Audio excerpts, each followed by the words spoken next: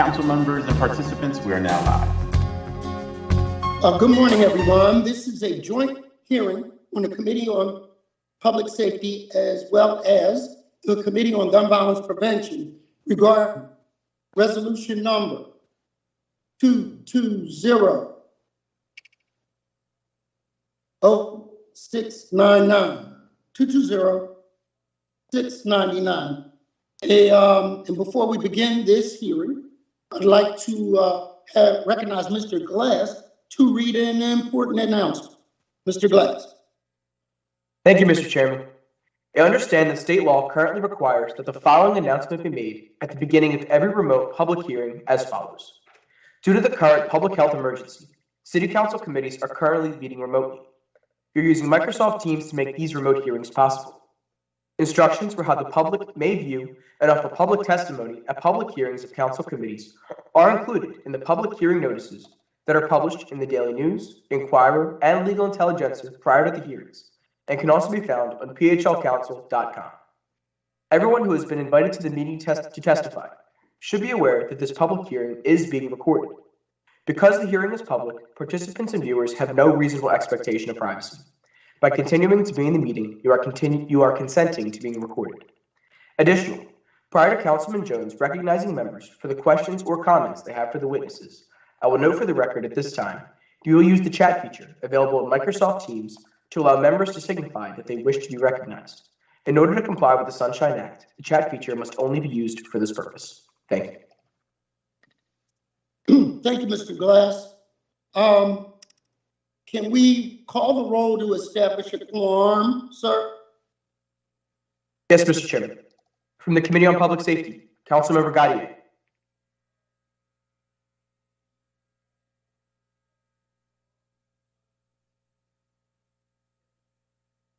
Councilmember Gim. Present. Good morning. Councilmember Brooks. Councilmember Thomas. Good morning, I'm present. Good morning, Member Thomas. Vice Chairman Johnson. Good morning, everyone. Chairman Jones. Good morning, Co-Chair. I'm present. I believe a quorum has been established for this committee, and we need more constituent like persons. Yeah, definitely need that. Somebody's mic is live. Can you check your mic? Thank you. Councilmember Jones? Yes. I'd also like to note for the record that Councilmember O has been specially appointed to the committee by Council President Clark for today's hearing. Welcome, Member O. Thank you for coming. Thank you very much. I am present. Maybe that's Freudian. Mr. Glass, can you read the title of the resolution? Yes, Mr. Chairman. Resolution number 220-699, authorizing the City Council's Committee on Public Safety and the Special Committee on Gun Violence Prevention to hold hearings regarding relocating victims who are targets of deadly violence and determining how the $500,000 appropriated for their relocation was utilized.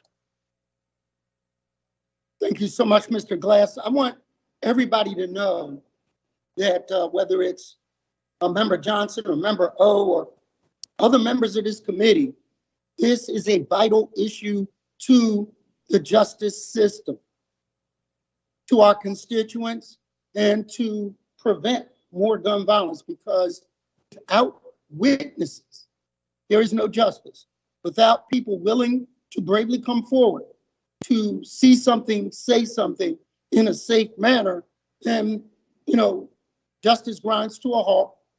And those perpetrators that do the crimes, which are a very small percentage of the city of Philadelphia's population, get away with it.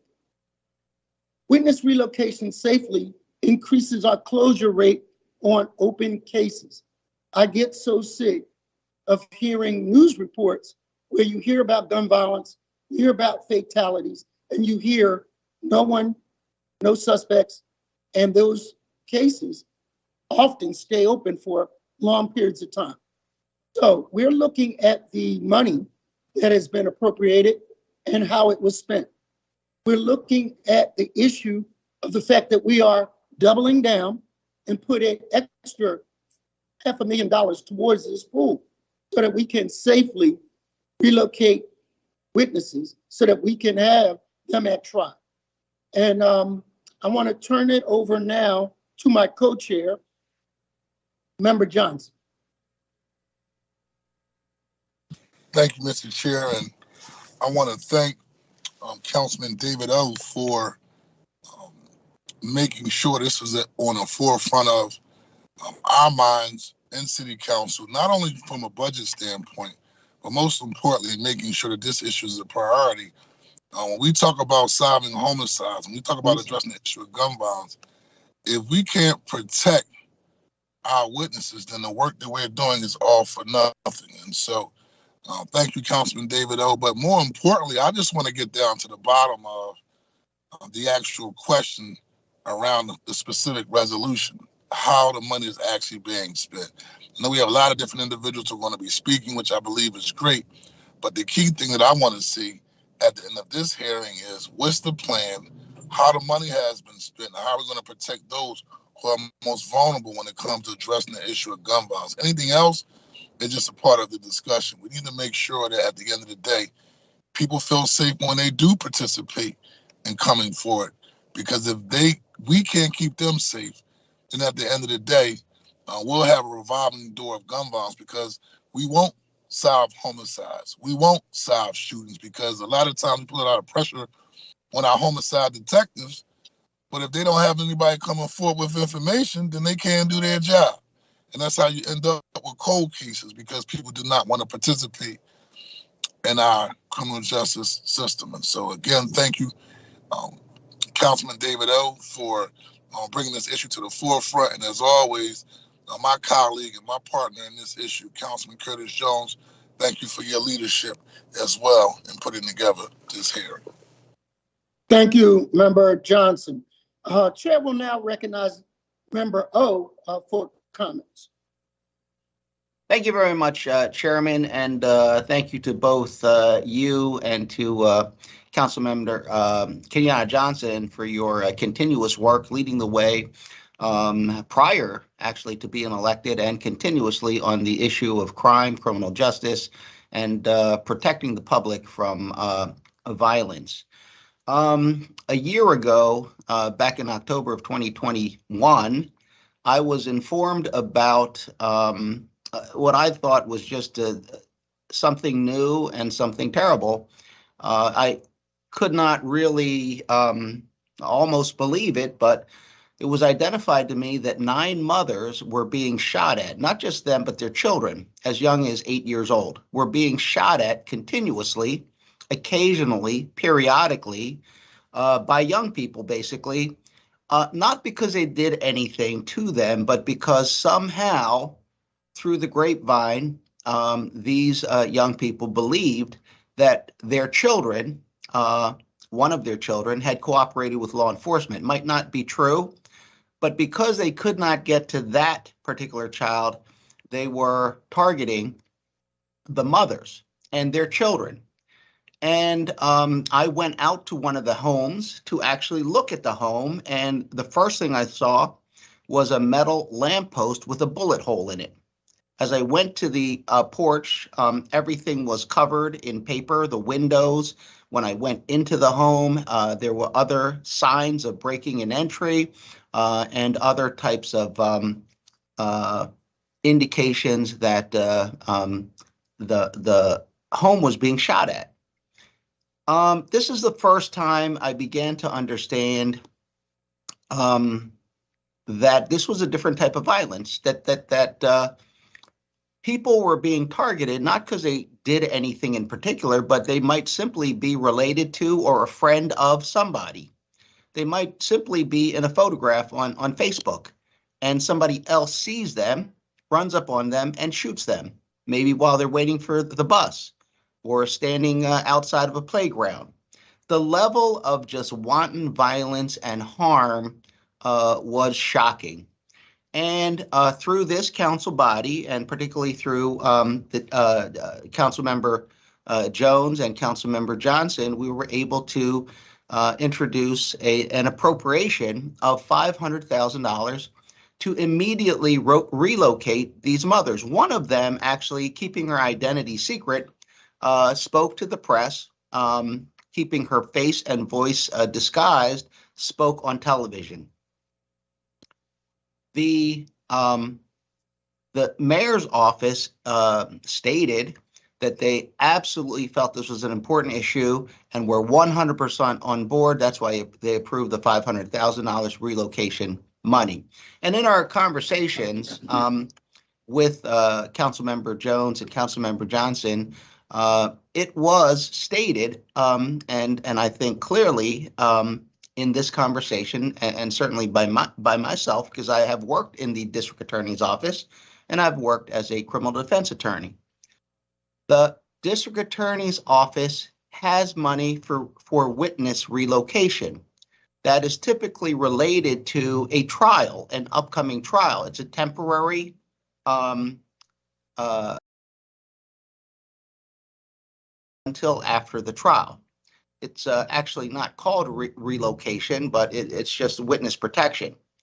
Relocation that we were talking about, and as we talked with the administration, was taking a person who was being targeted with deadly violence and their children and moving them to a new location out of the neighborhood, unbeknownst to the people in the neighborhood. It was not to move them to a hotel or motel for a couple of weeks and then have them come back to that same home in the same neighborhood with the same people hunting for them. To date, nobody has been moved, to my knowledge. And what I mean is, while they have been moved temporarily for a few weeks, they have come back to the same home where everybody knows where they live. Moving the children is another problem because you can't move the children to another school if the mother doesn't have an address. So they have to be able to be moved. And in that particular case, as we'll hear from our witnesses, that mother eventually got a gun to protect herself, and now she is in jail. And the children, one of them is missing, the 14-year-old. To my knowledge, she might be 15 now. The consequences of people being unable to protect themselves, being targeted with deadly violence, eventually they try to protect themselves, and this is where the trouble escalates. She was supposed to have been moved for over a year and was not moved. We got this money. She was supposed to be moved and has not been moved. I want to understand what happened to the $500,000, and there's a new $500,000 being appropriated for this very purpose when this work has not been done. So I think it is a very important hearing, Chairman and Co-Chair, as you say, because it's a very public matter now. We need to protect the people in our community, but this is something new, and we wanted to protect these people in particular until we could get our arms around this problem through our police and district attorney and other folks. So with that, I thank you very much for holding this hearing.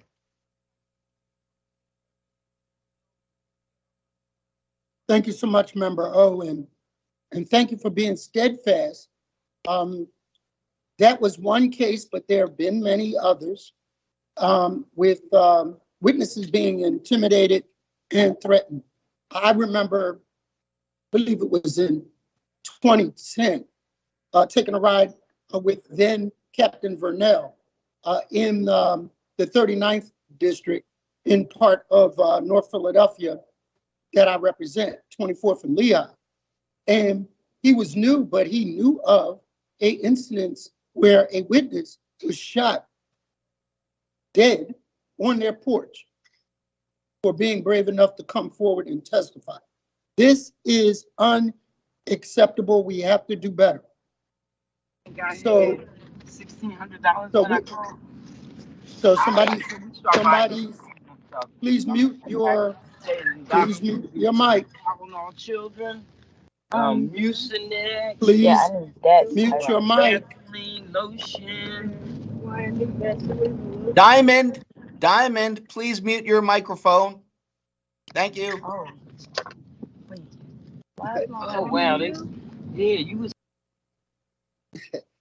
So we we bear with those people who are not used to our hearings and we work with them. So with that, Mr. Glass, please read the first panel to testify. Yes, Mr. Chairman. I'd also like to know for the record that we're joined today by Councilmember Bass, and Councilmember Johnson is also co-chair of the Special Committee on Gun Violence Prevention. Thank you for that. Our Welcome, first panel, Member Bass.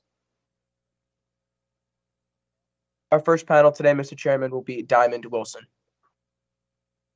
Ms. Wilson, you can unmute your phone or device now. Diamond?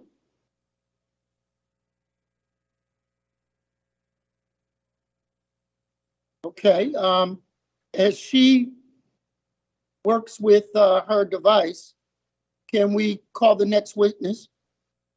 Yes, Mr. Chairman. Our second panel is Dr. Dorothy Johnson Spite and Toby Downing.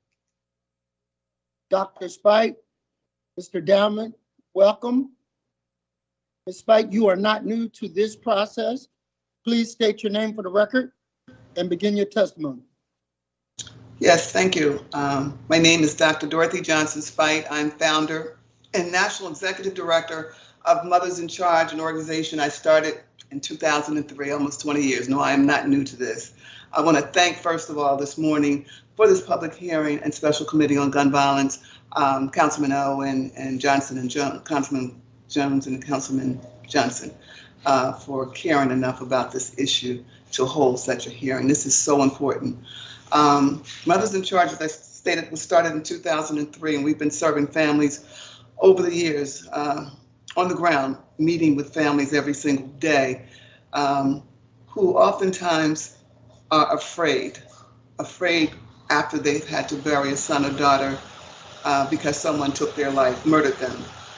They come to us oftentimes and they'll say things like, well, the investigation can't go any further because we have no witnesses, or we need 2 witnesses, or they tell us they can't do anything in terms of the investigation of my son or my daughter because the witnesses won't come forward. They are afraid.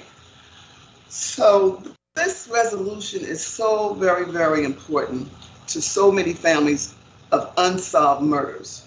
Unsolved murders oftentimes because people are afraid and they don't feel supported when they have information. My son was murdered over a parking space many years ago, and there were people in the community who knew that he had killed, the person Ernest Odom had killed Justin in December, but wouldn't come forward because they were afraid. They saw him running from the scene. They knew all the information, but wouldn't share because they didn't feel that they were being supported. So oftentimes, the same people are killing over and over again, like in my case, and so many cases. The same people killing because they know that they can get away with it.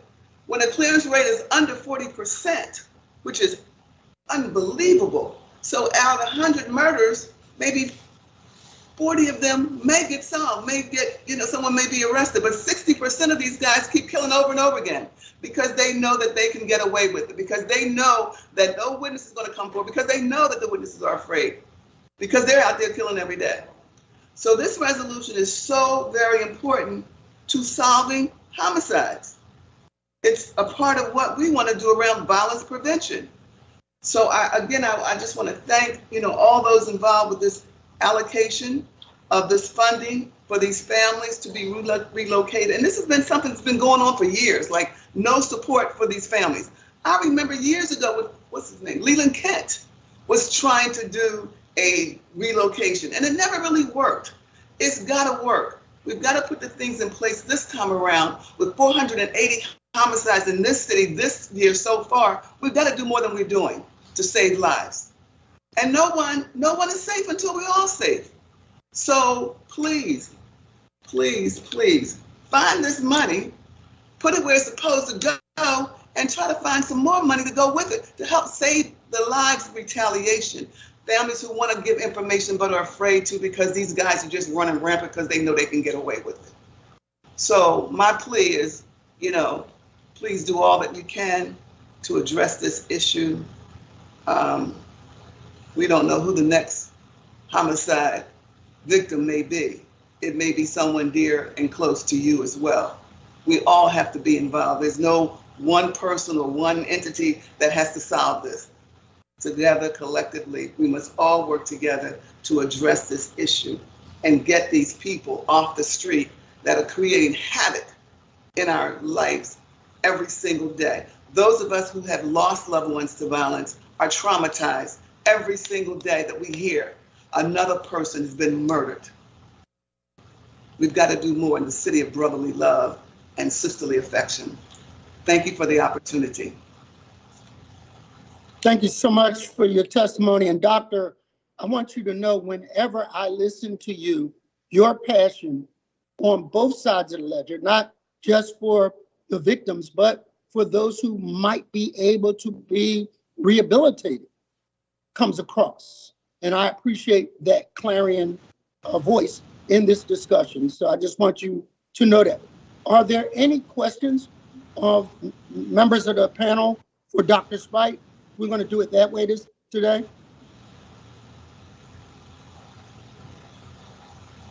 Mr. Glass? Mr. Chairman, no one has signified that they have any questions in the chat. All right, thank you so much. Councilman Jones, just remember, they're all our children. Thank you. Right. That's a strong point. They're all our children. I've been in courtrooms where the victim's family is on one side, the defendant's family is on another side, and there's nothing in there but sadness. They're all our children. You're right. Thank you so much. Who's the next witness to testify, Mr. Glass? Toby Downing, Mr. Chairman. Are you there? Are you connected? I'm here. All right. Thank you. State your name for the record, and please begin your testimony. That's Ms. Diamond? Downing. My name's Toby Downing. I work for Northwest Victim Services. I'm the executive director. And thank you all for inviting me to participate in this hearing. So relocation is a huge issue for us as we serve survivors of gun violence and victims of crime. It's one of the most common requests for assistance, housing and relocation assistance. And in my years of supporting victims through some of these requests and the limitations of how we do deal with this issue, I've come to realize that there's a real need for us to really coordinate our efforts in real ways to support families as they ask for this assistance. We have gun violence, and community violence has a particular bias against it. And so when individuals are victims of gun violence, they're faced with all of the perceptions of why and how it happened.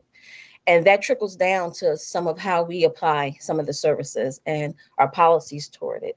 And I would love an opportunity to see us codify and the value that we have for survivors of gun violence through supports, through housing supports, just as we do survivors of domestic violence and those fleeing sexual and human trafficking. There's like guidelines. In the city of Philadelphia, we have particular provisions for domestic violence survivors that you can't be evicted.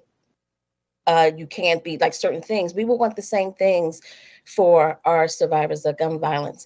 And what we see is that even with money available, our families often aren't able to, because of the landscape of affordable housing, the lack of affordable housing, they're not able to meet the needs, and we're not able to assist them with the flexibility of dollars the way families need. We need to be able to meet families where they are.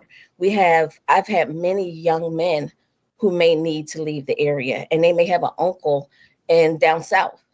But unfortunately, some of the relocation dollars says that you have to have a licensed realtor. Average 19-year-old is not going to be able to walk into an office and rent an apartment with no credit history. Many of them haven't even finished school. And so we need to, if we're really committed to providing sustainable relocation, find ways to support people in real ways and meet them where they are. I think some of the things I think about is I know there's the checks and balances thing. You don't want money to just, you have to make sure that you're being accountable. So we need to figure out, how do we build in those checks and balances, but support people where they are. We have lots of mothers. My experience is that we'll have a mother with multiple children in the household, and maybe the teenage kid is the one who's in a little bit of trouble, but now there's other kids in the household, and now she has to figure out on a limited income how she can get this assistance, and maybe she goes to a few places, but she can't get approved. Our systems aren't, the way we support aren't flexible enough to just meet her where she is. And also, I know Emir had kind of a rapid rehousing model where you pay some money up front and you continue to pay for several months until the family gets on their feet. We need to consider that. Our dollars need to be applied in ways that can support a family through the trauma of, and they're also dealing with trauma. That's the other thing. On top of needing to move, we have families and the children in the families who are dealing with trauma.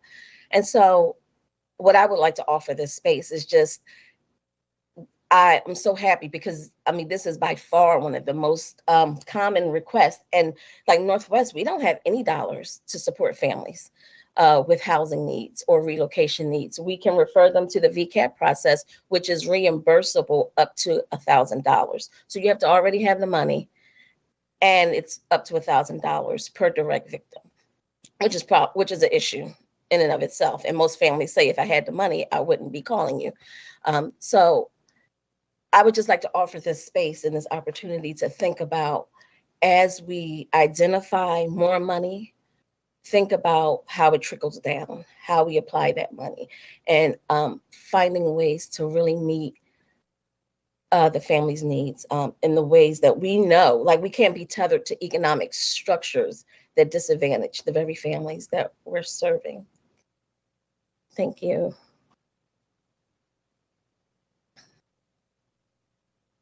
Thank you so much for that testimony.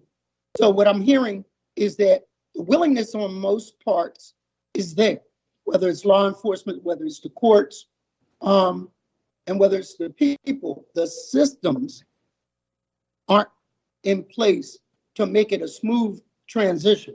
It's not just money. It is systems that need to be in place and removal of barriers. You're so right. Shooters are getting younger. What do they know about leases and things like that? And, you know, there are people that I know of that were in that whole drill music world and just, you know, found themselves engulfed in it, one shooting, and they just want to be out of it, but don't know how to get out. And we have to put better supports in place to provide the right hand of fellowship and the left hand of punishment, and knowing when to apply either. There are some people that aren't going to change their ways, but there are plenty of people, the majority of people, that really just want to exit ramp out of this stuff. And so that's number one. Number two, we need to codify those barriers that you spoke of and really list them and take it upon ourselves to create a organized method of removing some of them. And I think it can be done. Let me ask you this question. There is a federal relocation program. There is a state, I believe, relocation program, and then ours. How do they converge? Do they converge? So what I can say about the relocation assistance that the DA's office offers, and Councilman O, I think, spoke to it. It is meant to ensure that witnesses feel safe enough to testify. My experience with it is that even that had limitations. And so I heard someone commenting about the moving to the hotel, and there were it was almost a Band-Aid in a lot of ways, because some of the protections that we need to codify weren't in place. So there was an expectation that oftentimes we would get a 20-year-old who, just a 20-year-old, not the whole family, the 20-year-old would be referred, and he's supposed to relocate, which is not even a realistic act, and relocate by going through these systems that require that individual to sign a lease, show a rental history, all of the things that many families aren't able to show. And if they are able to show, find a rent that is affordable. And that's an issue in the city anyway, beyond being a victim of violence. But if you add being a victim of violence, that's it. And so there's limitations with that. And then it's just not a comprehensive enough approach. And so the city is important. This $500,000 is important, that the city is committed to providing that support. And what we need is relationships with housing authorities. We need to be able to get vouchers for eligible individuals because they do need many of them do need subsidized housing. It's a lot of money. The average rent, and I know the statistic just for other reasons I've been working on it, the average rent for a one bedroom is like $1,100 in the city for a one bedroom. We have many mothers who are seeking assistance, and that would require here in the city 3 months, $3,300 up front for a one bedroom. We're not talking about a house or moving to a place where you're not finding yourself in more harm's way. That's the other thing that happens. The places that many of the families are able to secure, they're just jumping from one hotbed to another hotbed. And some of the kids end up seeing some of the same people that could cause harm. And so to your question, I just think that the city needs to commit like from the heart and from the law and from policy perspective to supporting these families. I think there is a particular stigma against these families and victims of gun violence that happen in particular. There's gun violence issues across the country, but coming from particular neighborhoods, there's a stigma that already is attached to the experiences of these families that adds to their trauma. Two quick follow-up questions. To your knowledge, how big a problem is this? How many people have requested, to your knowledge, relocation last year? I don't know across the all the agencies, but I could say I was trying to do, in preparation for this conversation, for Northwest, easily since the 7 months I've been on board, 50% of the individuals that we talk with ask for some level of assistance with moving or housing assistance because they've been injured and they have been unable to keep up their bills. So a combination of housing and relocation assistance. And what is that number of 50%? Give me some sense of scope, how big the problem is. Oh, so let me look. So easily, I'm looking at the exact number. I'm sorry, I wasn't prepared for that. Easily about 80 families. 80 families. And that would be just since March. I haven't been there for a year, but that's helpful. So what is the average cost of that assistance? So if we're talking about 80 families, give me a median rate of, from the most modest help to the most expensive. What's the average? It depends on the income and needs of the family, but I know while I think the $500,000 was great, when I first saw that, I remember thinking that's not enough. So I do remember thinking you could easily do 10 to 15,000 for one family if you're doing it to be sustainable. Got it.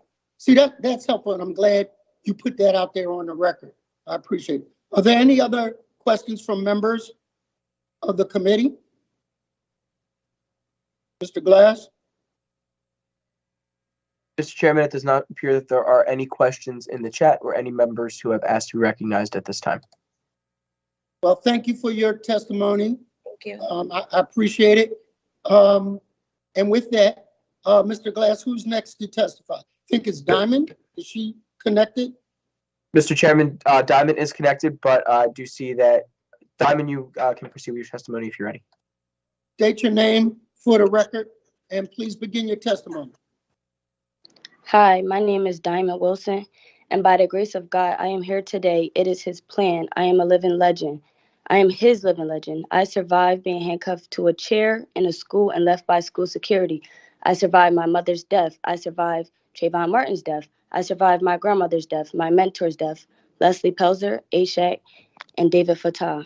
I survived the death of my children's father by gun violence. I survived what I thought was my own death after being shot in the face by a .40 caliber.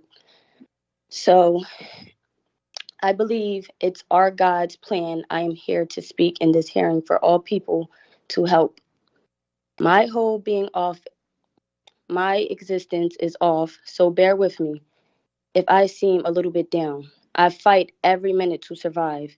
In a Zoom with Councilman Jones and the DA's victim crime compensation staff, they apologized. They had made their resources available to me and my sons, as someone told the DA Krasner. We were really relocated and safe and taken care of with every resource in their power. When in fact, we had been given no resources. In fact, we were given nothing, no money, no housing, no food, no help with our medication, no help with my medication, anyone to dispense it, no caregiver to help me heal. In the Zoom, the two things I was clear about was my needs as a victim. For me and my sons, and the fact that a close friend's son, Anthony Brown, case was struck in the DA's integrity unit for years, just like my victim's compensation resource, has been held up. Me and my family has been surviving going into the second year of struggling to live. No sense of urgency for months. Into a year waiting, what did I get? I didn't get any resources that applied to my situation. I didn't get any funds. I didn't get anything for an apartment. I was told I was going to be helped by Section 8. Section 8 doesn't even have my application. And I have no income. Disability denied me. I'm sorry, guys. My vision is like going in and out. Take your time, Donna. Did they know I was disabled with pain overwhelming me and I will never see out the eye again?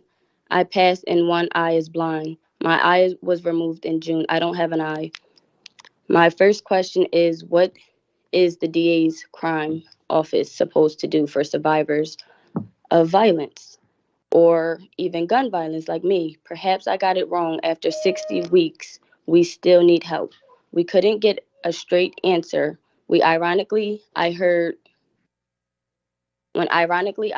during Myra Maxwell's testimony to the chairman at the hearing, this headed by counsel last week.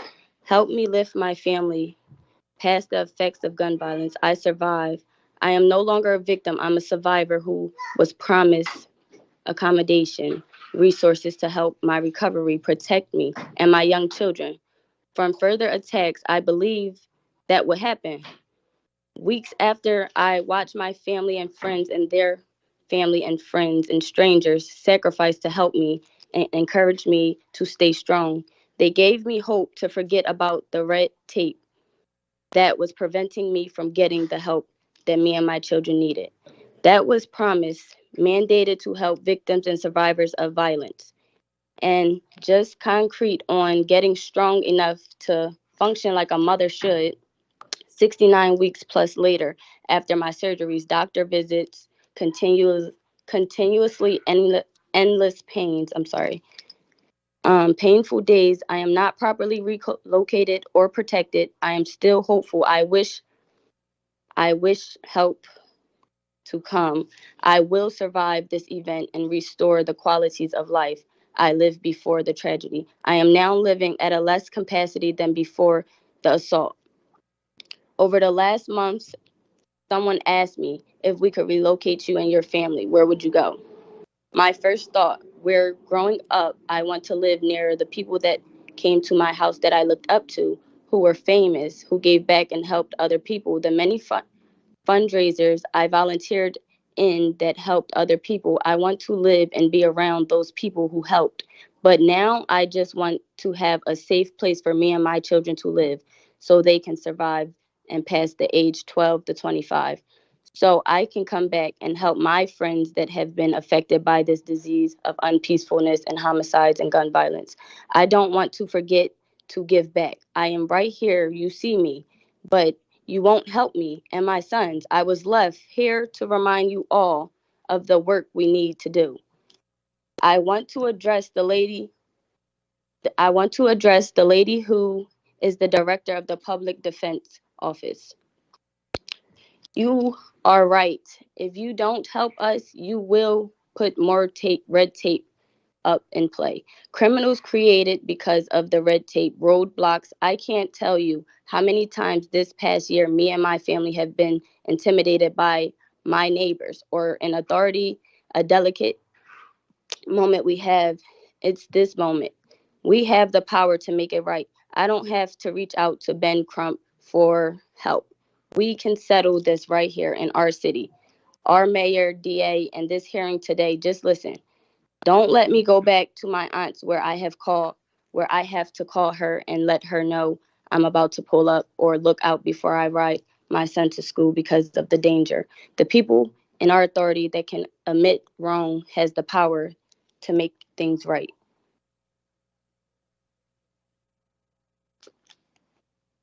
Diamond, are you done? Yes, sir. Thank you for your testimony. So, for those people who do not know the extent of what you went through, almost 2 years ago, Diamond was a victim of crime. She was shot,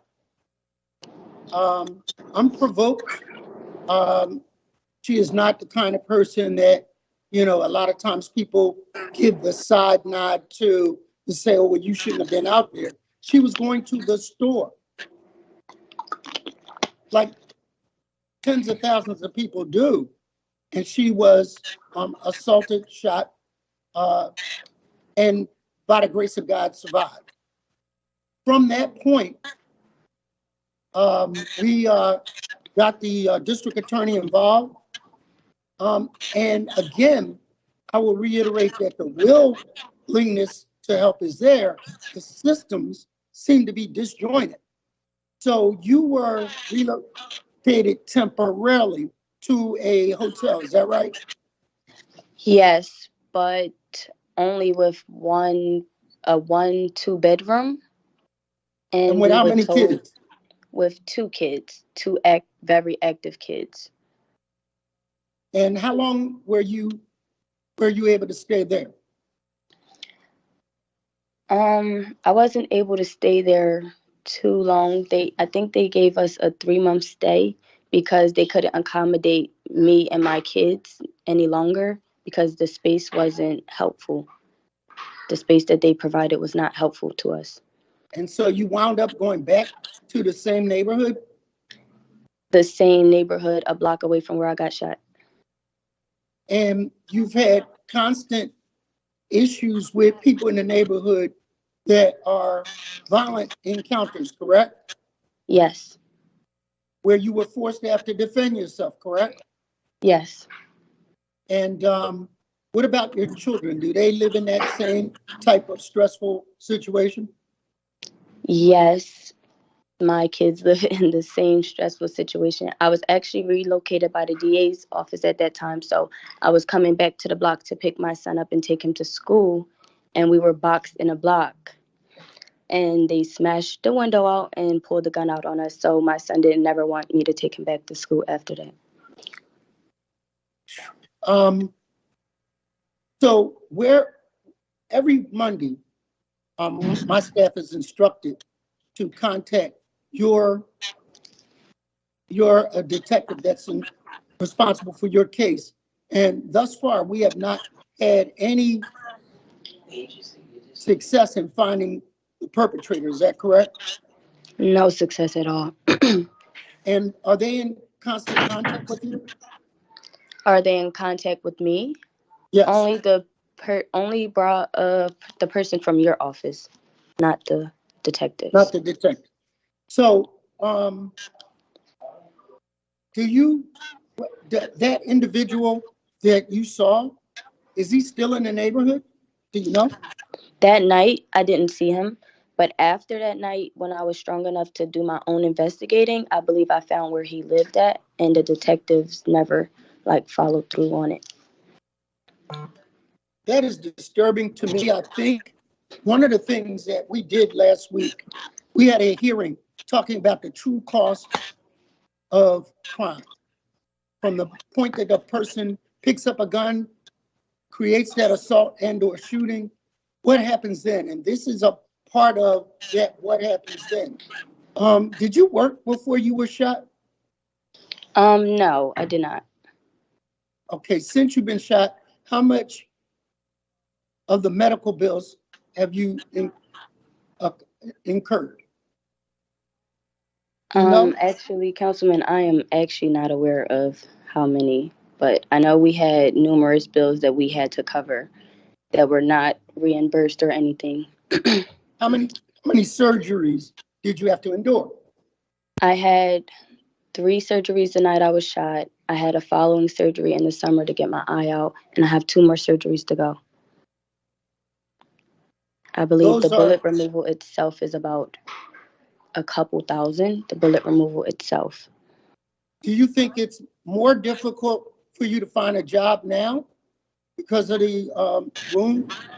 Yes, most definitely. My health is still on the borderline. I can barely stand up for more than 3 minutes, so that's not going to get me a job anywhere. And did you tell me, or did you testify to the fact that your disability was denied? Yes, sir. Because of my physical appearance, and I forgot what else, but I know one of them was how I carry myself and dress up through the day. But today, I forgot to put my eye back in, so it's I still need help. All right. Are there any questions, Mr. Glass, from members of this committee? Mr. Chairman, Councilmember O has a question. Member O? Thank you very much, Chairman. You actually asked some of those questions, so I'll more make a comment since I've had a in-depth conversation with Diamond Wilson and her aunt. For those listening, as the councilman and chairman said, she was in a car when someone came by and shot at her and hit her in the face, and as a result, she lost her eye. And prior to that, the father of her children, or shortly after that, was murdered, and she's been on her own. I believe that the bill she paid was about $7,000, and they continue, and she's getting no assistance, no help. She lives in the same neighborhood. Where she was moved to is a place where a lot of witnesses are moved to, and people know where she is. And then she has to come back to the same neighborhood where she's confronting and dealing with people that are harassing her, attacking her, under the idea that they know or somehow support the shooter. And this culture of attacking people that are perceived to somehow be vulnerable, easy victims, or somehow cooperating with law enforcement. I believe she does know and has identified the people harassing her. That is criminal. People harassing her are criminals, and they should be arrested and dealt with. But how does she do that when she lives right there? We have $500,000 for her. We have $500,000 for her. She's got not one penny. And now we have another $500,000. Where is all this money? She cannot function. She takes medication, it knocks her out. She wakes up the next day, she's dizzy, she's up for a bit. She's got 2 kids to care for. She can't care for them. Her aunt, her family, they're on their own. And this is completely unacceptable and shocking. But in the light of the fact that we just gave the city, with the mayor's blessing, $500,000, this has to be taken care of. This is completely inhumane. This is a victim, a young woman who's a victim many times over. What happened to this money? It should be used to help this person and people like her. And I know you're just as outraged as I am, but at the end of the day, this outrage and publicity has got to result in some type of action where we can move this young lady and her aunt because she needs a caretaker. She cannot function. She cannot work. She's got 2 more surgeries. She is in constant throbbing pain. For those who don't know, for those who belittle the victims of crime, constant debilitating pain and And all the headaches. DA's office had to say She was, I needs should learn. some help. Thank you very much, Chairman. And Diamond, thank you for having the courage to step up in front of everybody and lay this out for them. Thank you so much. Thank you, guys. Thank you, Member O. Are there any other questions from members of the committee? Mr. Glass? Mr. Chairman, there are no other questions in the chat. No other members have signified that they wish to be recognized at this time. So Diamond, I'm making this pledge that we're not gonna let this go. That as long as you had the courage to come forward, we have the courage to keep asking the rough questions and getting the answers. So you hang in there, okay? Yes, thank you. Oh, sorry, the phone dropped. Thank you for having me and letting me share my story again. And I just wanted to thank Councilman Kenyatta, you, and Councilman O, and the rest of the members. Thank you, And Diamond. thank you for helping me to continue my story. Thank you so much. Thank you for your testimony. Mr. Glass, who is our next witness? Mr. Chairman, I'd also like to know for the record that Councilmember Squilla is in attendance today as well. Welcome, Member Squilla. And our next witness is Shantae Love. Miss Love. Good morning. Good morning. Are you all okay to hear me? Yes, please state your name for the record and begin your testimony. Thank you. My name is Shantae Love. I'm the president of Emir Healing Center, which stands for Every Murder is Real. I stand before you, and this is although I'm asked to speak, it's a sad opportunity that I am speaking, that the problem of relocation and housing assistance, we've had this discussion last August of 2021, September 21, November 21, and still is having this conversation, is that we know that there is a major flaw in relocation housing for witnesses of crime. The importance of us getting this right is necessary today. We were fortunate to have a pilot project that was not only supported, also was evaluated, assessed with policies that was supported by the federal government for victims of crime. The difference in the program that we are saying is that it allows victim agencies to do the work they need to do in relocating families. Policies that city departments and state departments have will not meet this gap because of the regulations.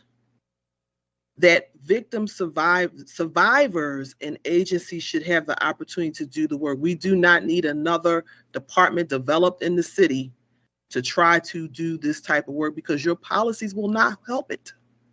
To be able to move a family out of danger is necessity. But not only that, you're talking about moving them out of danger, also helping them put the pieces together. The missing component that agencies or community groups are having, as well as yourself as elected officials, is the missing component of a community partner and support to make that happen. Because the red tape and the policies that is already existed will not do it. For example, if we are able to move a family, help them move immediately to safety, and then walk with them as they get stabilized. That takes resources and it takes manpower, but it also takes someone that understands victims' rights and regulations. And that's community. What if we did that and it worked? What if this conversation that I'm having today that I had last year and have continued to have, if we fix it? Unfortunately, the district attorney's policies, much as they may be able to do, will not allow them to do the missing component. Your policies in a city will not allow you to do it, but what you can do is create community partners or mechanism to make that happen. Our program that we had was for emergency and relocation. And to stabilize, it allowed victim service providers, it allowed Emir Healing Center, it allowed elected officials, it allowed the police department, it allowed the district attorney's office to call and say, we need to move a family, but we're not able to.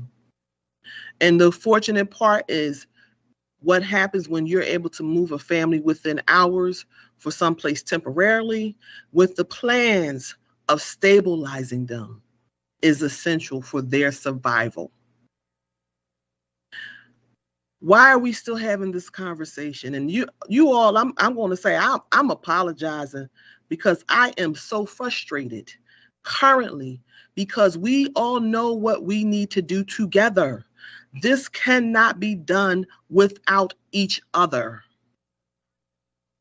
We have to fix it. You're talking about one family and 9 family. Well, guess what? I have 36 families on a waiting list with over 100 people on a waiting list. But what was I able to do when I did have funding? I was able in 6 months to relocate people immediately. Within hours, I was able to help people stabilize so that they had a permanent place. It's not just moving them, it's about also having them caregivers, making sure their education is intact for their children.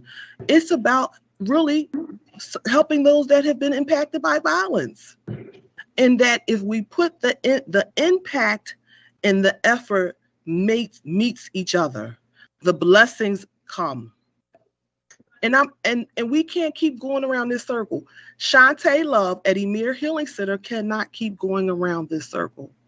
And that it's unacceptable for all of us. We are all responsible. Every last one of us need to take ownership in this because this is an easy fix. Now, any questions you have for me? Yes.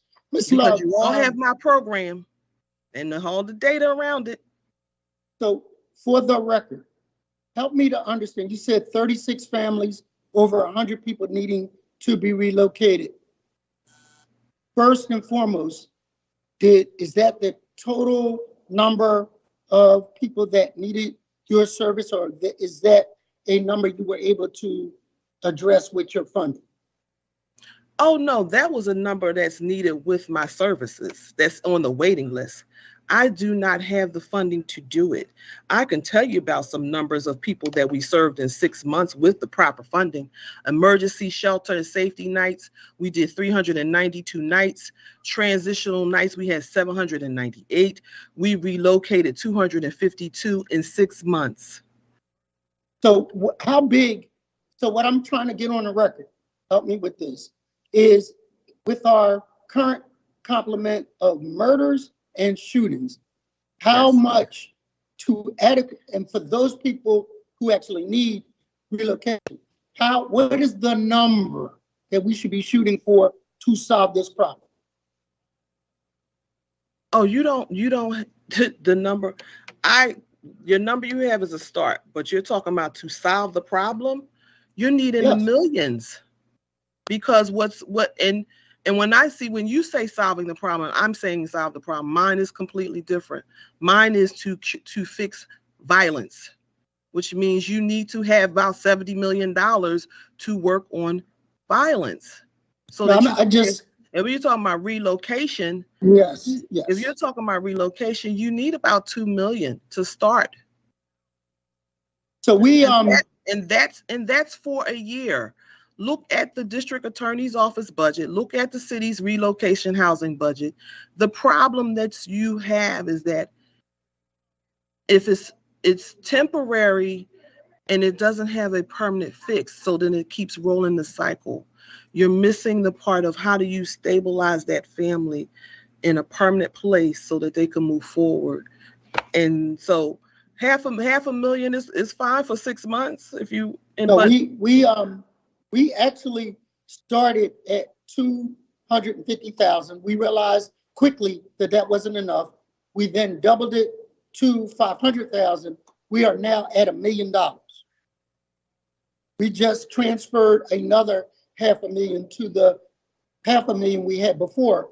But what I'm hearing from you is we're still probably not in the ballpark where we should be, which is $2 million. Now, I yes, say that, and that only addresses the temporary nature of relocation and protection. That does not address the total of stabilization of families post-violent incidents. Am I right? oh, that's correct. But relocation should be leading towards a stabilization. And so it's a huge moving part. It's not only victim service and community providers, it's also partnering up with housing groups that help stabilize. And so it should not be a thing where money is just to move them. The money should be utilized. I will tell you, and I will continually to promote moving people in different ways, not only temporarily. And sometimes everyone is not needed to move permanently. They may need to move for a week or two to stabilize where they're at. Maybe they don't want to be relocated in another place, but their house needs to be repaired.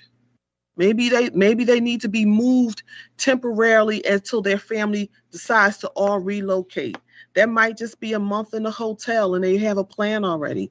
What if they need to, if us moving them and then stabilizing them in a permanent place and supporting them for a year is the return is too beneficial to not invest, but to make it happen. But you're talking about dollars that you have, but you're not able to utilize it in an effective way.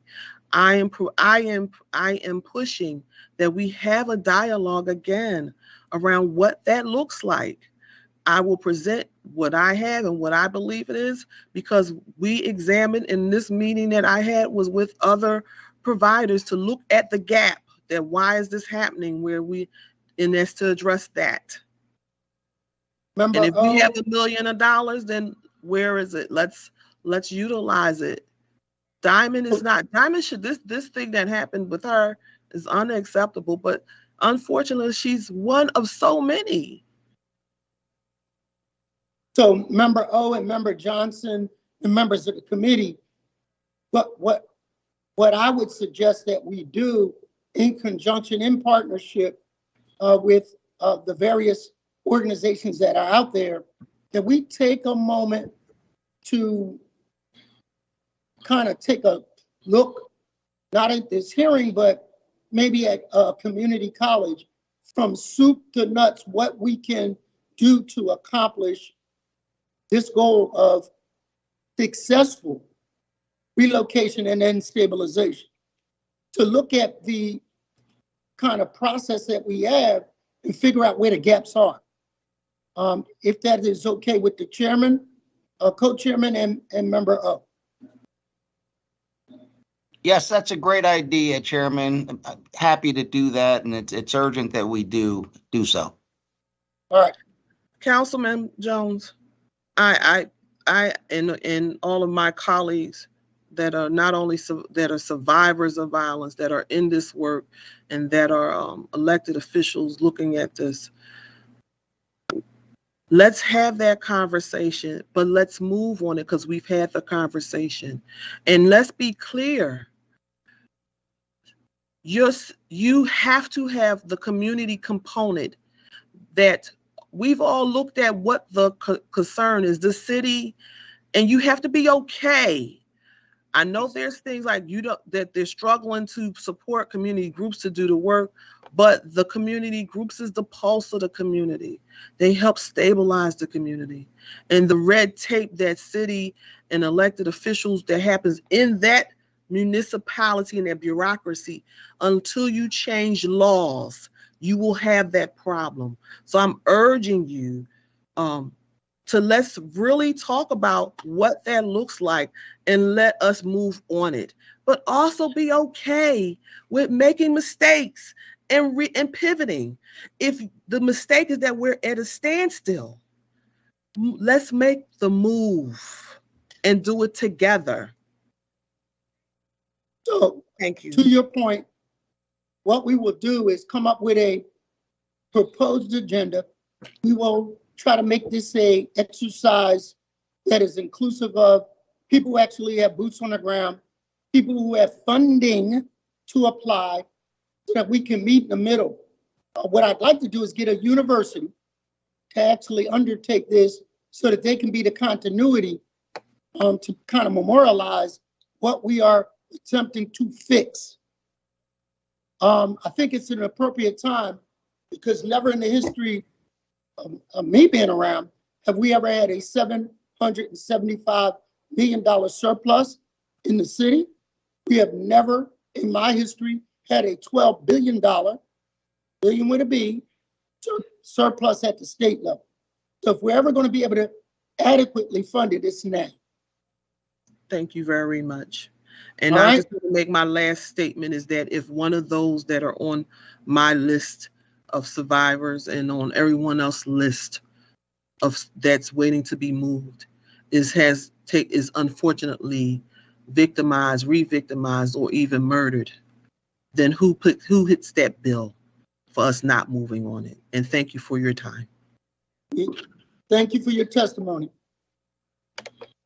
Are there any other questions from members for this panel? I think I see Jamie Goudier. Are you there? Can you take your... I'm here at Mr. Chair. Yes. I'm here. I just wanted to be recognized as present, but I also, since I have this opportunity, want to say that I agree fully with Shantae Love that we need to get to a point where we are moving people away from danger, and it's worth it for us to make not only that investment to save lives, but the investment in making sure that people are able to stabilize and thrive, especially when you compare that investment to everything that we are losing and spending due to the gun violence epidemic. So I would want to just add my voice to us moving on this issue and moving on it expeditiously. And I am excited to be a part of any conversation and effort in that regard. So I hate to always have working groups and task force, but this topic is so important to justice in our city that we have to do it that way. So thank you, Member Goudier. Who's the next witness to testify? Mr. Glass. Mr. Chairman, Councilmember O has a question as well. Member O? Thank you very much, Chair. To Shantae Love, you have explained your program to us, and my recollection is that your program is already in operation, albeit right now it doesn't have funding, but you have been working to fill in those gaps. And also our sheriff was also willing to help as well, because sometimes the district police are patrolling and doing other things and they're shorthanded.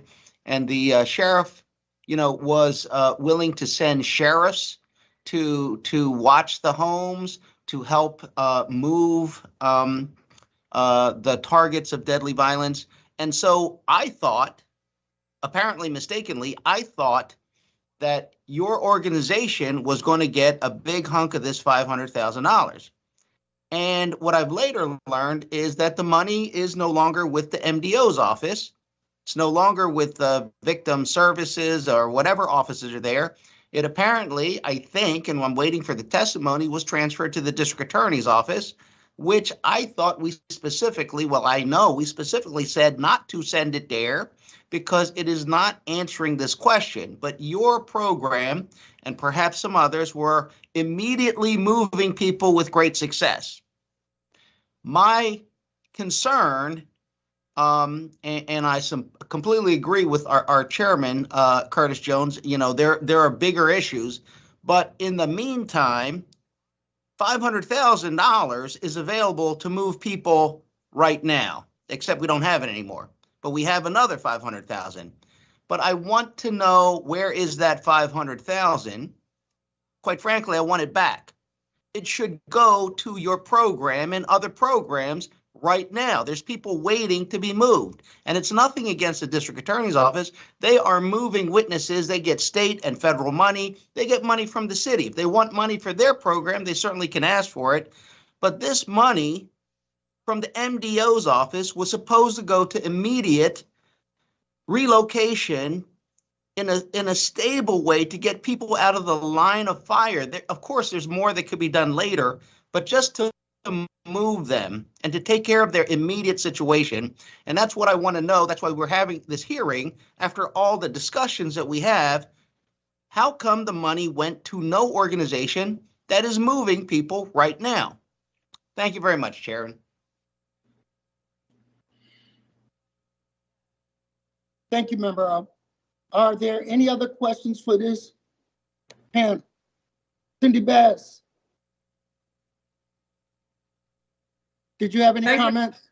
Thank you, Mr. Chairman. I am present. I am, number one, I want to thank you for this most important hearing. I'm just joining the hearing, so I will be having some questions in a few moments. But I thank you for putting this very important hearing together. I see my old friend, Shantae Love, here on the screen. We go way, way back.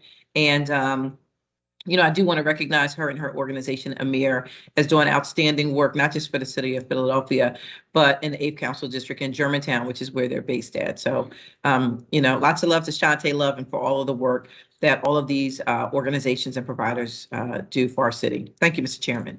Thank you, Member Bass. Member Squilla, did you have any comments? No, Councilmember, Mr. Chairman, I appreciate this hearing and how important it is to continue this conversation. Thank you. Member, I keep calling him a member.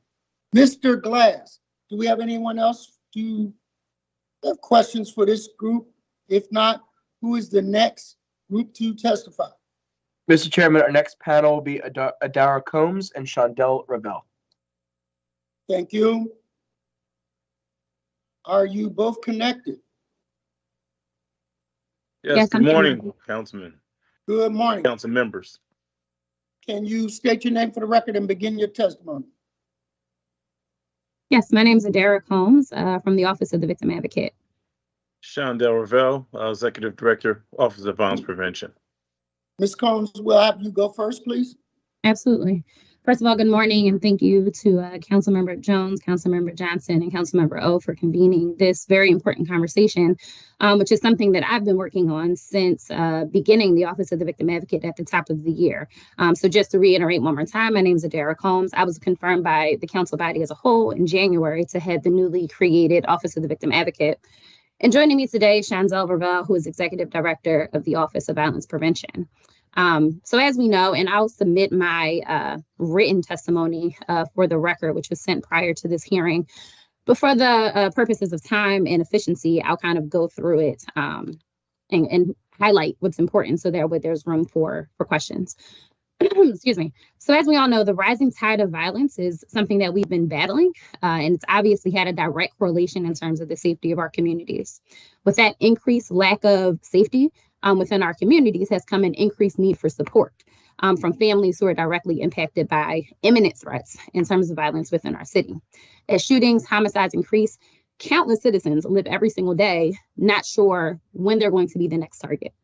Since 2019, the Office of Violence Prevention and the Philadelphia Anti-Drug Anti-Violence Network, which is PAN for short, have worked in partnership to address these dangers within our community through the city's Community Crisis Intervention Program, which is also called CCIP. And I just want to add the caveat that obviously at that point, the Office of the Victim Advocate did not exist. So those two offices were working in partnership to try to solve this problem. Part of what CCIP does is provides temporary relocation services to those who are experiencing imminent danger. The services are provided vary depending on what the family needs. As Ms. Love was indicating, we can't assume what a family needs in any particular moment until we actually interface with that family. So depending on what their needs are, will determine what services are deployed. Since the Office of the Victim Advocate opened in early 2022, we've received multiple requests for relocation, mostly in the spring, I'll say, from people who are experiencing the threat of gun violence. However, my office did not have any formal program structure or funding allocated for this particular purpose, so we were working directly with the Office of Violence Prevention and PAN to identify some solutions to that ongoing problem. So to kind of talk about the fiscal aspect before I go into what we've done since then, from July 2021 to November 2022, we've spent $95,747.86 relocating community members experiencing imminent danger from gun violence. So like I was saying, those funds are obviously utilized depending on the family, depending on what they need, but obviously to create or to provide rather life-sustaining needs. So housing, clothing, food, transportation, things of the sort. Home fortifying expenditures like security, window repairs, and things like that. While those funds have been used to provide temporary relocation, the community needs obviously extend beyond that. While building the foundation for my office, the need for relocation funds was very apparent to me. Excuse me. So, like I was saying, while the funds that were sent in FY 2022 or FY22 rather predate the existence of my office, it became apparent to me that that money, whether it be for the balance of the year when my office opened or for the next fiscal year, if more money was allocated, there needs to be some system or structure in place to properly utilize that money. Other than that, we would just be throwing money at a problem without any hope to actually solving the problem if we don't create some type of system or structure. So earlier this year, I was contacted by Councilmember O about various families who needed support and services. And even within that very exchange, it became apparent to me that we did not have a program that existed that could meet their needs. We had this pot of money that, again, predated my office, but we didn't have any way to deploy those services in a way that makes any sense. Even figuring out who those families were is something that I'm still trying to figure out. I was connected to a community member and was told the names of 3 families, I want to say, but only given contact information for 2. After receiving that information, I did go back to Shondell as well as George Mosey with PAN to find out what exactly had been done prior to my office to address the needs of those families. And I was informed that all of them had received the services that were available, those temporary relocation services. And like I said, even in that exchange, it became apparent that we needed something to do case management. We need a referral system. We needed someone to track the progress of what's happening so that the ball does not get dropped, which is exactly what we're talking about. But without creating any systems and structures, we're not doing anything to actually solve the problem. Who was going to manage the move? Who was going to make sure it happened? Who was going to contact the families on the back end to make sure they're okay? Who was going to make sure that whatever situation we put them in, they could sustain it and they wouldn't end up back in the same situation they were fleeing? Who was going to be that person? Based on identifying those needs, and I'll just go back again to that very particular situation, the conversations that I had with those families, it became very clear that they needed something additional. They needed credit repair. They needed someone who was going to a property management company or a landlord that was going to be willing to work with their particular circumstances. They needed some type of income beyond the point in which we would be in their lives, so that way they could sustain whatever move we were able to make for them. That's bigger than temporary relocation. That's something that requires more structure. That's something that requires someone to follow up. That requires someone to form necessary contracts. That requires someone to make the partnership connections between the community-based organizations, between city agencies like PHA and things of the sort, to make sure there's an entire system that's in place to support this person. We're not just saying, here goes some money, go figure it out for yourself, because that's not acceptable either. So, excuse me, while the Office of Victim Advocate entered the conversation towards the end of FY22, the money that was allocated, a portion of it, like I said, only almost $100,000, was used to provide those temporary relocation services, because that's what existed at the time. Beyond that, we, and I have personally have taken intricate steps to identify what a relocation program should look like. And how it should operate, what contracts we need, what partnerships we need, and what's necessary to deploy meaningful services and to actually take people out of dangerous circumstances and put them on the path to safety and success. And that is not temporary hotel stays. Yes, that does abate immediate harm, but if they're going right back to where they came from, that's not particularly helpful. So we're currently in the interview process for a dedicated relocation specialist. We're at the tail end of that process. We've identified candidates, and that person will be charged with identifying the services, creating the contracts, building the programs, building the partnerships with all the community agencies. And if we're going to contract with them to provide specific services, overseeing what that looks like. So this money is just not sitting there or divided out haphazardly and unevenly around the city and only going to people just because they are able to potentially get the ear of an influential person, but rather that money can be there and can be utilized so that if anyone contacts our office, whether it be through a council member, whether it be through Mothers in Charge or Amir or Northwest Victim Services or any other agency, even the DA's office, if they're facing an issue where the person doesn't meet their criteria, they can come to this person. It'll be a dedicated individual, and they will actually see the entire process through and connect them to whatever services they need and have those contracts in place. So we're not just sitting there looking at each other, trying to figure out who's going to do what. So the program is built with the spirit of continual care for Philadelphians, and it's in recognition that resources without strategy or proper planning or systems in place is really just throwing money at a problem with no hope of ever solving that problem. And since I've come into this conversation at the top of this year, it was very apparent to me that those systems, that structure was lacking. And that is something we absolutely need if we seek to use any pot of money to solve this problem. So I thank you for your time and the opportunity to speak. I'm happy to answer any questions, but I will pass it on to Shondell in case he has something he'd like to add. Shondell, would you like to add to this testimony? One thing I wish to add is that, throughout this whole entire process,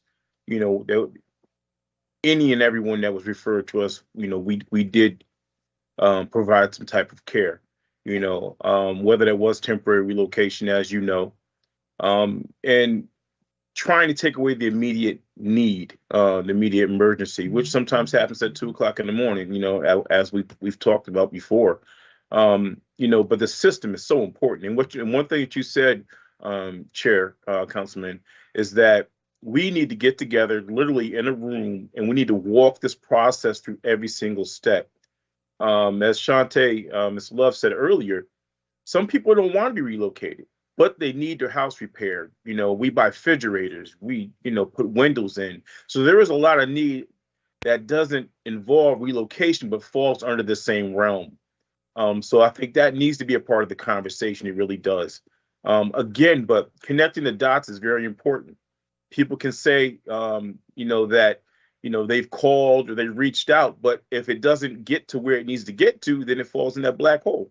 But again, I can honestly say that every call, and I say every call that has come into our office has been addressed and the need has been met. Thank you. And I'm sorry, Council Member, if I could just add one last comment. Thank you. So the necessary partnerships that I've identified that would be necessary to build this system, kind of piggybacking on what Shadzel was indicating, is the school district to make sure that children are able to be moved quickly. And I've already began building that partnership. Credit repair, a property management company, a contract with a moving company, counseling services, job readiness, utility providers, and also the Philadelphia Housing Authority, because there are some folks that can be relocated within their mechanisms. So those are partnerships that we've identified. And also the Sheriff's Office, piggybacking off the conversation we had earlier this year, to ensure secure moves.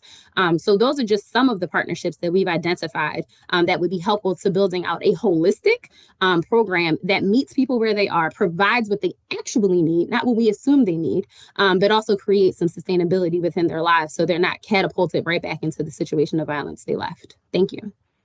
Thank you so much for your testimony. And I'm going to agree. One thing, I'm going to reiterate what I said in the beginning. I think, matter of fact, no, I know that the people that are testifying today have a willingness, a sincere intention to fix this problem. What I sense in my now experience is that the system is broken. And we need to not point fingers at anybody. We really need to figure out how to fix it.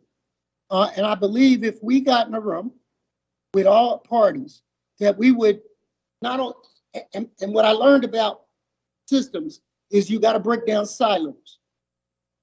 If we can break down the silos, look at the problem linearly, and apply resources towards it, we can fix it.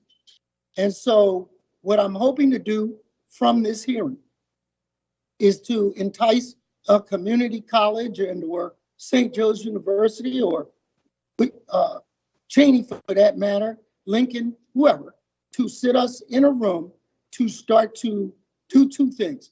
One, how do we solve the immediate problem, which is public safety, getting witnesses protected and relocated. But the second part of what I'm hearing is that stabilization aspect. So after the court case is done, how do we get their life right so that they don't wind up in the same circumstances that they found themselves in? So it's a two-pronged, two-step approach to this. One is more immediate. The other is longer and more long-lasting.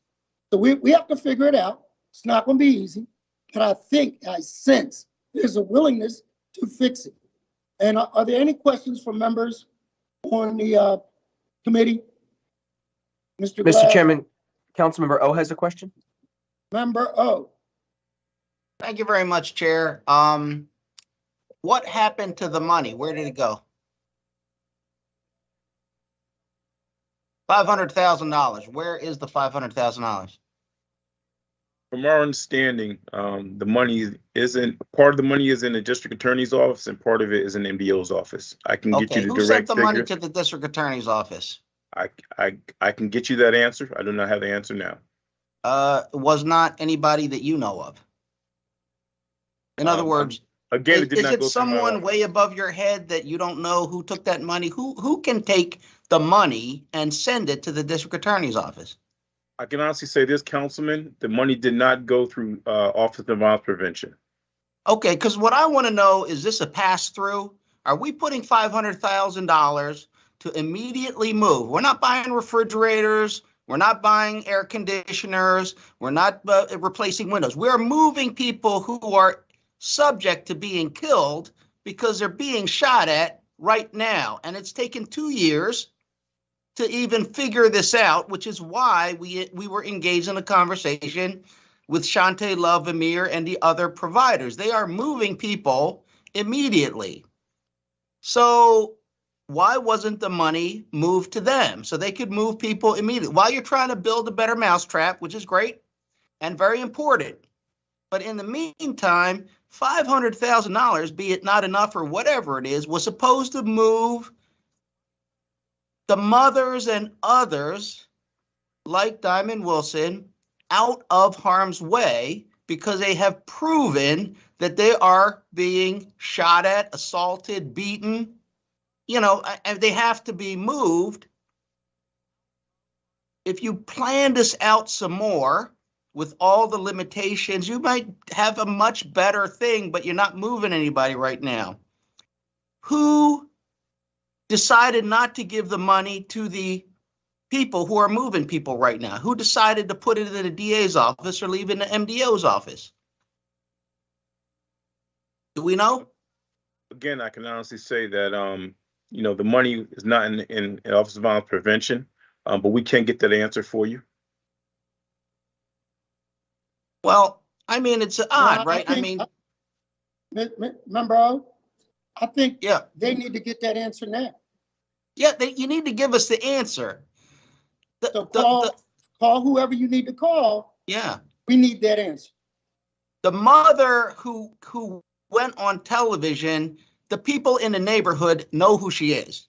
And they began to attack her and her children. And she got a gun. That gun had been used in a murder. Now she's in jail, awaiting a trial because the gun that she had was used in 2 murders. I mean, you're forcing people to defend their lives with illegal guns. This is not, she should have been moved 2 years ago. And not a, where's the $500,000? How come that wasn't given to Amir to move her and Diamond Wilson and everyone else? They got a long list of people. We can't help everybody. And we're not buying them refrigerators. We're getting them out of immediate, deadly violence. Can you get back to the chair and this committee in the next 30 minutes to find out who moved that money and did not give it to Amir? Thank you. Thank you, Chair. Thank you, Member O. I think that's a direct question that needs a direct answer, guys. All right. Are there any other questions for this panel? Mr. Chairman, at this time, no one else is. Mr. Chair, Yes. Member Gutierrez? thank you. Sorry.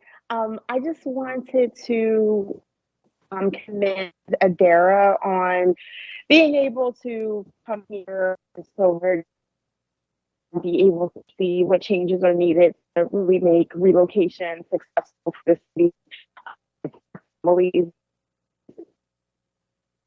and so we be able to support the vision that he's laid out today. Thank you, Councilmember Garcia. Thank you. Are there any others wishing to question this panel? If not, yeah, go ahead. Mr. Chairman. Member Bass. Thank you.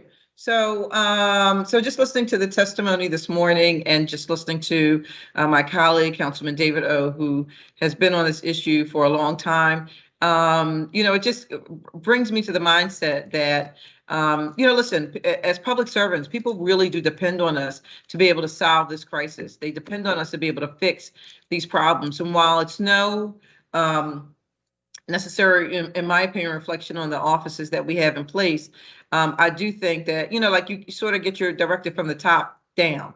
And so if you don't see or are not receiving the resources, from the top down, then I think that it's incumbent upon us as members of council to figure out how do we get those funds out in a way that is going to be impactful as soon as possible. So I just want to put the ball back in our court. Councilman, I think that I know that you, Councilman Kenyatta Johnson, Councilman O, all of us have had these concerns for a very long time. And if we're not able to do it with the apparatus that we have, then we need to figure something out because these funds have to begin hitting the people who need them the most. Thank you. So we need a plan B. Yep. Agreed. This body has increased from $250,000 each year. We've doubled it, the amount. And to Member O's point, we have to have accountability because as Shante Love said, if we keep throwing money at a problem, don't fix the system, we're not helping anybody. So, any other questions for this panel? Mr. Chairman, it does not appear there are any other questions from members of the committee in the chat or any other members who wish to be recognized. Are there any other witnesses?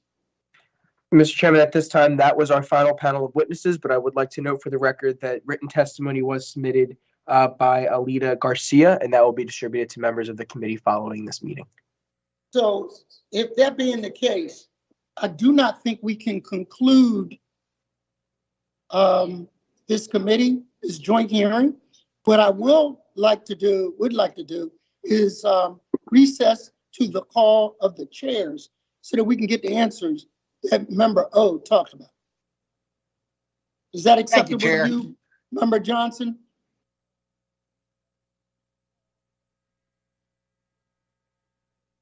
Is that all right with you, Member O? Yes, thank you very much. All right, so at this point, we will recess to the call of the chair to continue this hearing to get insight.